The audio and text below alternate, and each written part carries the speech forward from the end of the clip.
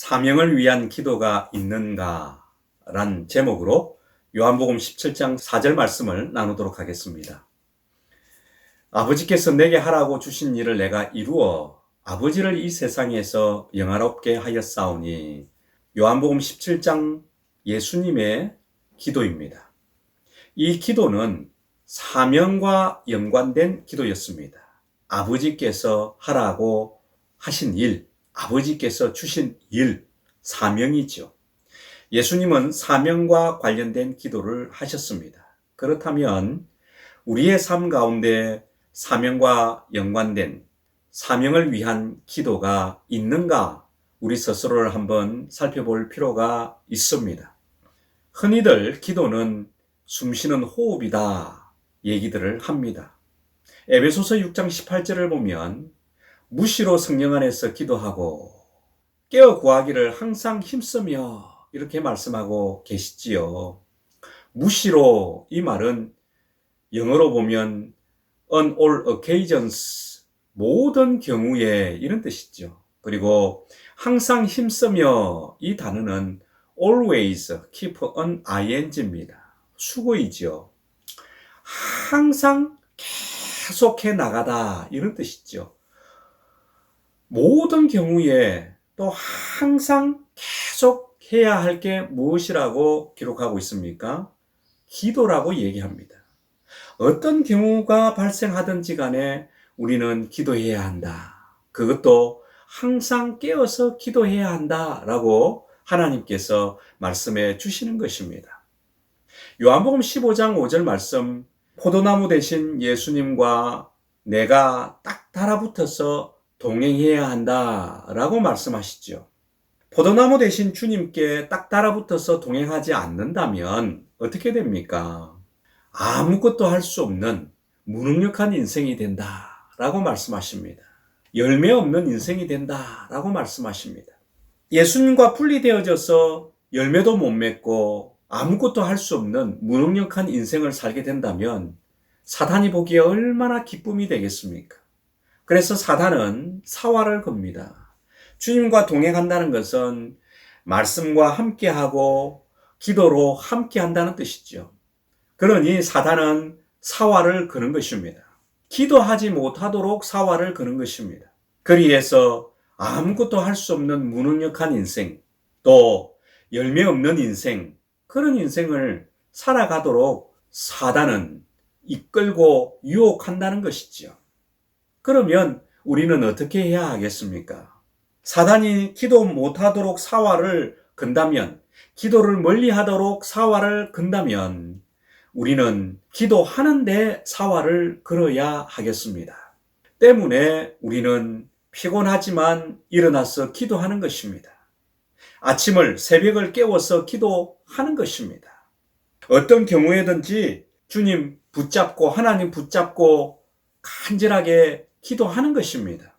기도의 사활을 걸어야 주님과 동행하는 것이 되고 열매 맺는 삶이 되고 또 능력 있는 삶을 살아갈 수 있다는 것이지요. 예수님은 어떠셨습니까? 이 땅에서 공생의 기간을 보내실 때에 예수님은 항상 어떤 경우에든지 기도하셨습니다. 계속해서 기도하셨습니다. 새벽 5일에 미명에 일어나셔서 기도하셨습니다.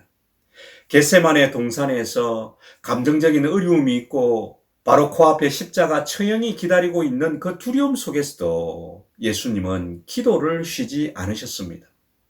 십자가에서 목숨이 끊어지기 일보 직전까지도 자기의 생명을 아버지 손에 부탁한다고 기도하셨습니다.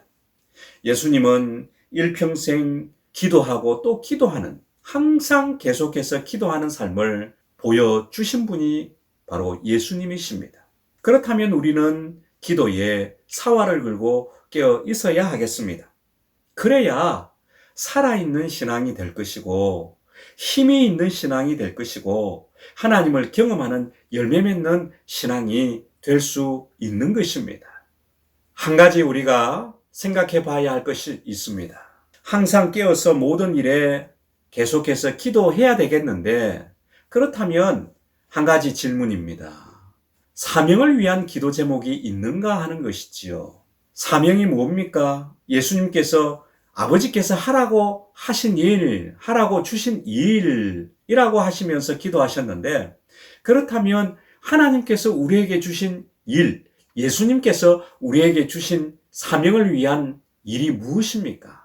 크게 두 가지가 있습니다. 마가복음 16장 15절에는 온 천하에 다니며 복음을 전파하라 말씀하셨습니다. 복음 전하는 일입니다.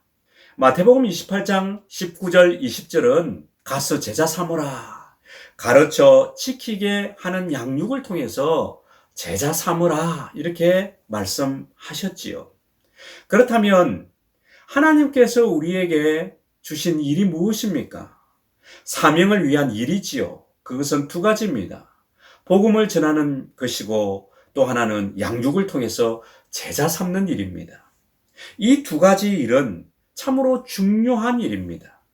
예수님께서 요한복음 17장에서 아버지께서 주신 일이라고 하시면서 기도하신 바대로 우리도 이제는 사명을 위한 기도가 필요한 것입니다. 대학 4년을 캠퍼스에서 다니면서 주님, 이 캠퍼스에서 온 천하에 다니며 복음을 전할 때 예수 믿는 사람이 생겨나게 해 주십시오. 항상 깨어서 계속해서 사명을 위한 이 기도가 필요한 것입니다. 더해서 믿은 사람들이 잘 가르침을 받고 양육받아서 이제는 예수님의 제자가 되도록 도와주십시오. 이 기도가 필요하고 또 이 삶을 살아내는 것이 필요한 것입니다. 이것이 바로 사명을 위한 기도인 것입니다. 사도행전 4장 29절에 보면 초대교회 성도들이 기도를 하지 않습니까? 하나님 말씀을 담대히 전할 수 있도록 기도합니다. 에베소서 6장 19절에는 사도 바울이 기도하고 있죠.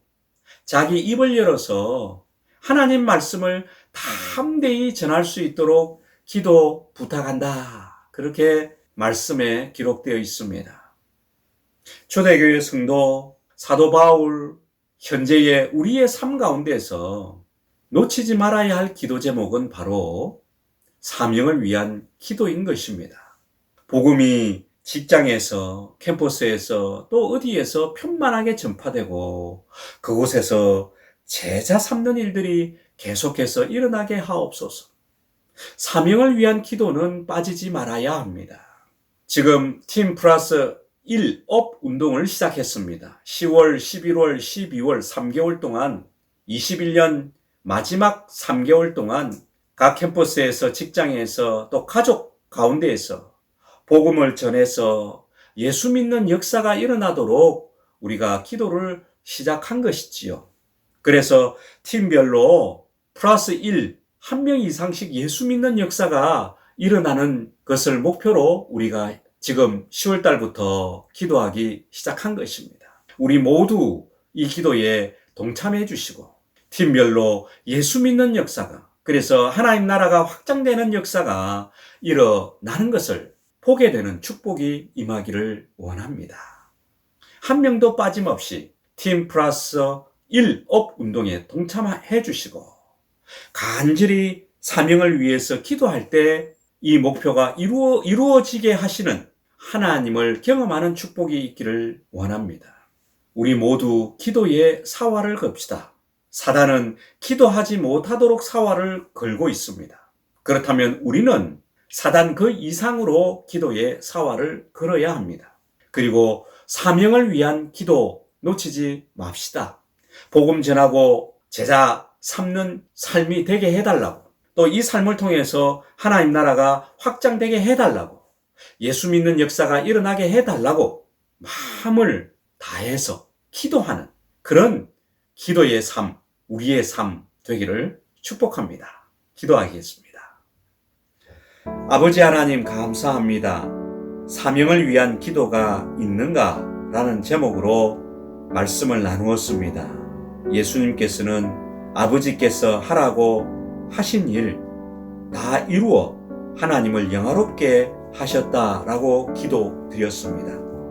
복음 전하는 일, 가서 제자 삼는 일, 이 사명을 우리에게 주셨는데 이 사명을 위한 기도 우리의 삶 가운데서, 우리의 기도 가운데서 빠지지 않게 하여 주시옵소서.